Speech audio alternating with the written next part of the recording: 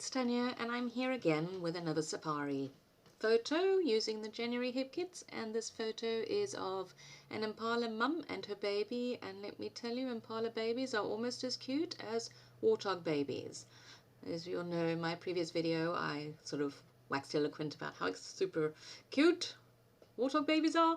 Well, impala babies have this immense bounce in them, and it's actually quite, well, they're kind of the joke of the park, not in a bad way, but there are so many of them. There are a gazillion impalas. So if you see nothing else in the park, you will be guaranteed to see dozens and dozens of impalas.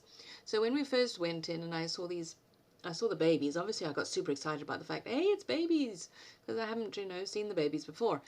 And my gosh, were they bouncing around everywhere. As you can see in that photo, I just kind of caught him as he was bouncing up to go tearing across along with his fellow, I don't know, brother, sister, cousins, who knows. So that's the photograph, and let me just tell you what I'm doing here quickly. As you saw, I chose my papers, and then I figured I would tone down that pink paper with some vellum. And then I thought, maybe I should do something with the vellum. And I've seen other people do this before, where they heat emboss on vellum. It didn't turn out all that wonderfully. I think because of the way I kind of smushed the embossing pad onto it, it didn't give a nice crisp hearts. But you'll see once I've heat embossed it. And also, the other thing, when you heat emboss vellum, it kind of crinkles it up a little bit. And I'm not so sure I like that too much, but I make it work, as one does with these things. So now I then figured I would take a little bit of the sides off of the vellum, just so it has kind of like a border. And that's what I'm doing there. Terribly exciting. I do hope the sound's okay. I know my sound has been dreadful, and now I literally almost have this microphone in my mouth, and I'm speaking quite loudly. So if this is not loud, I'm going to throw the thing out the window. I'll only know at the end of this voiceover. And then I went with joie de vivre. Is that how one spells? Is that how you pronounce joie de vivre? You know, that lovely joy of life. Oh, I don't know, I'm not French. And because I didn't have half the letters that I needed, I did a little bit of Frankensteining on here, and I think those are X's. I find this font a little bit confusing sometimes with all the twirly things, but I cut the X's up to get E's, and I think one of my I's is actually something else as well. But it's okay, you can kind of see what it says there. Because I wanted to give that idea of the fact that these little antelope are they're just so full of life. They were roaring up and down. It was the cutest and funniest thing. But because there are so many impala in the park, after a while you kind of get a little bit bored of them. And so hubby stopped stopping. So at the end of the day, when I look back on my photographs, I think I actually could have got a whole heap better ones. But because they were so common, we kind of stopped. Those sort of funny safari problems. Well, not a problem really.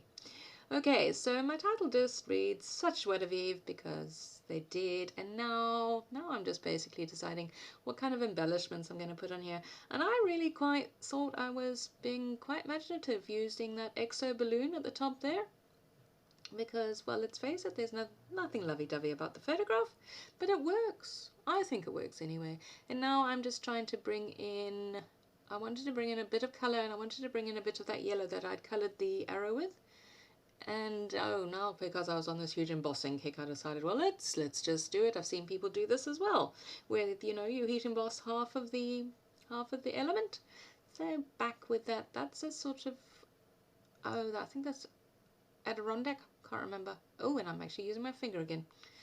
I don't know. I think I'm becoming sort of really extreme these days, and it didn't work. As you can see, I'm not sure what happened. I think I might have melted it, or I just did something. So then I thought maybe the embossing thing wasn't wet enough. So then I went hardcore and went directly to the source, as in those re-inkers, and then just shoved that on there.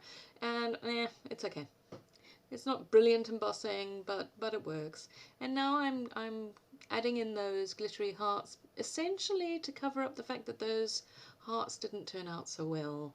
And now I love this chipboard, don't get me wrong.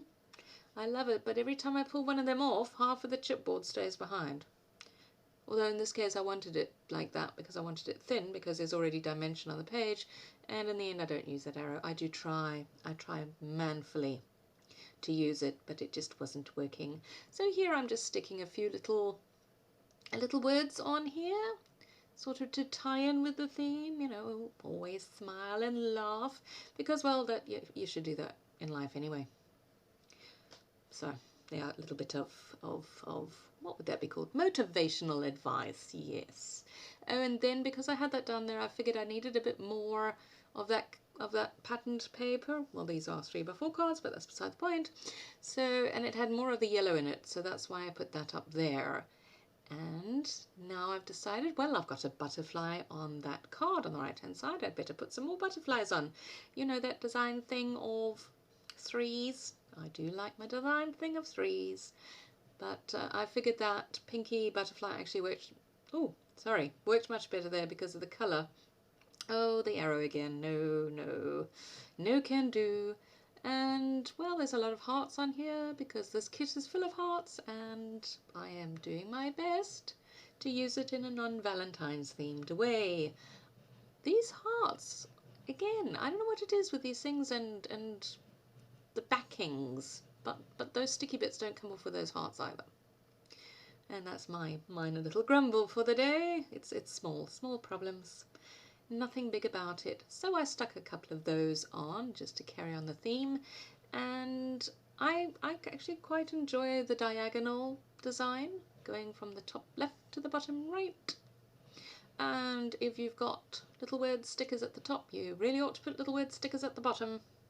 And that just went with Love This Day because, well, I did. I loved all the days that we were there. And, oh, I think that fell off the sticker sheet, so I just put it on there. Yeah. It was one of those little serendipitous moments that one has when scrapping. Don't you just love it when that happens? Like when you do a title and it just fits in properly. And you think to yourself, man alive, that was good. Or maybe you don't think that. Woman alive! Anyway, this heart, I figured, it tied in not only because of the colour, but it says heck yes. So it kind of goes, heck yes, love this day. And there was a little gap there, so I put a little Heidi Swap sticker on it, and there we go. Little bit of journaling, and isn't he cute? All his little spindly legs. Oh, anyway, you're tired of me now, so I'm going to go. But thank you for watching, and I'll be back again soon. Have a wonderful day. Bye.